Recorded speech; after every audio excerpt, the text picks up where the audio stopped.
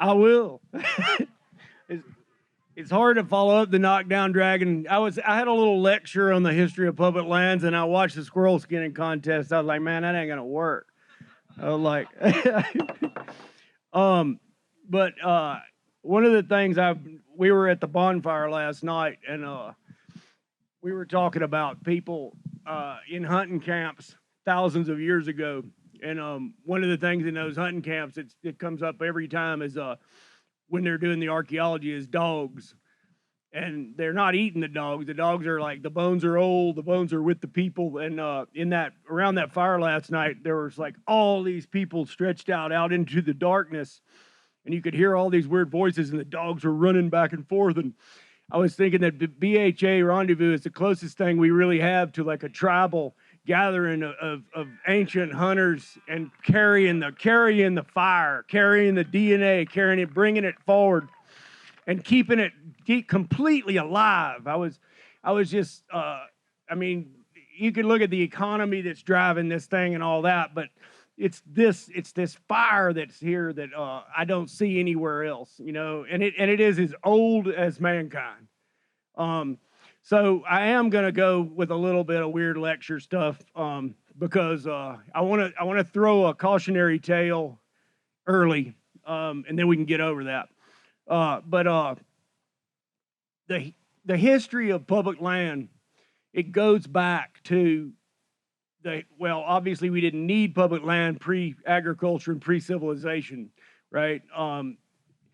And other people haven't needed it either. They fought over it, they worked across it, they were nomadic. But in the conditions that we find ourselves, which we have found ourselves since Rome, during the age of Rome, the conquest of those lands from the Gauls and I guess the Saracens, all those people, after those conquests were finished, they left that land in public hands, more or less. Not exactly like ours, but it was called the Ager Publicus.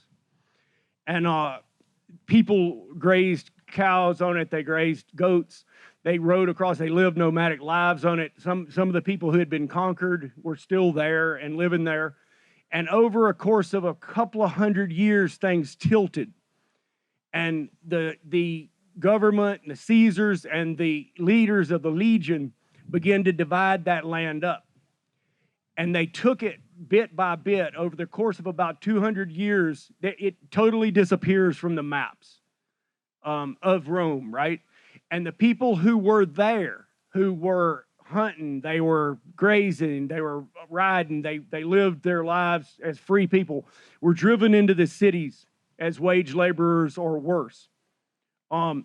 So that tradition in Europe carried on until I don't know how many people really follow this, because in America, when North America was being taken over by European colonists, and the Native Americans were resisting and we were fighting, and everything was going back and forth, there were thousands of people coming to the United States from Europe because of a thing called the Enclosure Acts. They started in about 1604, and it was where the aristocracy took over the land that they said they owned. They took it from the people. And they drove the people, as they did in Rome, into the cities, which started the Industrial Revolution and, you know, huge like disease events, all kinds of things. There's an old poem from that I was trying to find where it says, we hang the man and flog the woman who steals the goose from the commons, but we let loose the rich man who steals the commons from the goose. And that poem came from that very time of the Enclosure Acts, which drove the people across the world to North America. So that all of that public land was basically gone by about 1840. And one of the things that happened there was, I don't know how many people know what yew trees are, but they make some of the greatest bow wood in the world, right? A yew stave has been sought after by bowyers for all of history. The earliest arrowhead known to anybody was found in England, and it was made out of yew wood. And this was a point. So by 1600, not coincidentally, the only yews left in England were in courtyards of churches, in cemeteries, where they were sacred ground, because all the rest of them had been cut to provide longbows in the endless wars over land, revolution, war, conquest, the feudalists. None of the common people, and they were called commoners because they existed on the common, right? We think of commoners as like regular working people, right? This is what commoners were. They existed on the commons, and they were not allowed to have bows. There was nothing for them to legally hunt, and they weren't allowed to defend themselves. And so they either planted or used the bows in the wood, and the only places was common ground, the only public land left in England, and it was in their cemeteries. So the oldest trees in all of Europe are yew trees, the Fortingale yew. It's 3,000 years old. That's how long they've been fighting over public land in England, and that's all that's left. Just as an aside, Yggdrasil, which is the oldest yew known to man, is probably at the heart of all Norse mythology. So the yew tree we understood that as a bow wood and as a sacred tree, it's been important for people wherever. So what does all this add up to is like this incredible stuff we're enjoying now.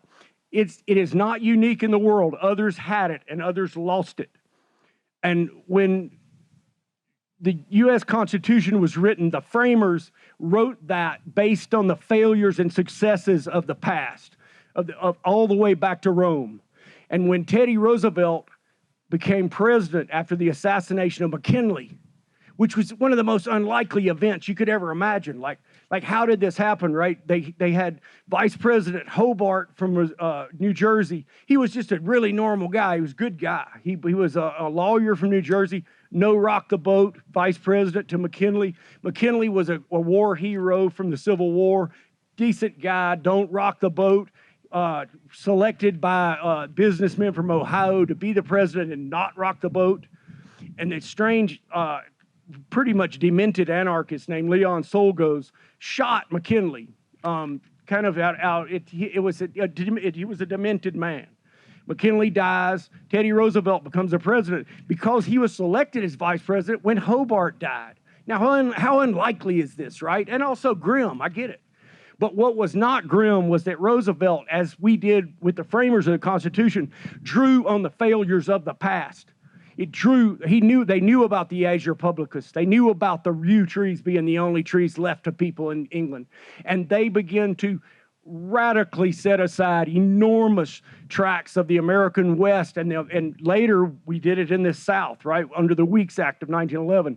They drew on the failures of the past, just as we did in the Constitution. Does the Constitution guarantee everybody life, liberty, and the pursuit of happiness? Obviously not. We've had failures of that all through our history, but the Constitution does give you the mechanism to seek and demand those things. And that's what, if there's an American exceptionalism, that is where it lies, right? If there is an American exceptionalism, it lies in the foresight of men who knew the failures of the past and sought to transcend them once and for all.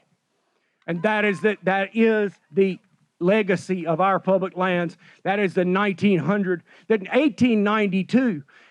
We had the first Shoshone National Forest now. We had the Yellowstone Timber Reserve. They realized that Yellowstone National Park, the world's first national park, could not be saved as a wildlife redoubt without the surrounding lands. They understood about winter range. I mean, these are people who had been mountain men, frontiersmen.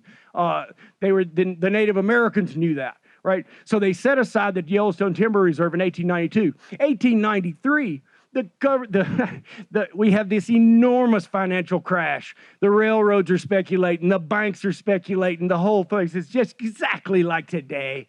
It's exactly like every day.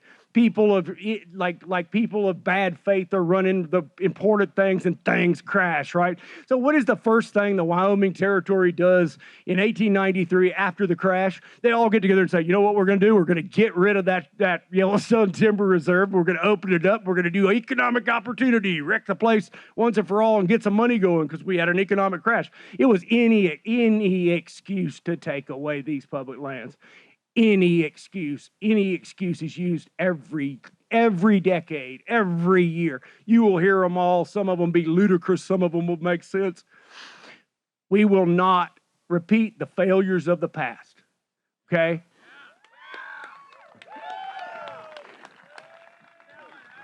We are holding on to one of the greatest treasure houses that the world has ever seen. And we are in a huge tribe here, and it goes all the way across the United States of America. And it includes all of us. And we're all going to share this thing. And what we're doing right now, what we're doing at this thing here, is we are building and fueling. I'm watching all of these young people, all of these kids. I'm watching all these people that are sunburned, and they're all like, they're coming off of adventures all over this place. We've got clean water coming down just like it was intended. And what we are going to do is we're going to go to another fire, and we're going to carry that fire across America. And we are never going to lose this. We are not going to betray that birthright. Thank you.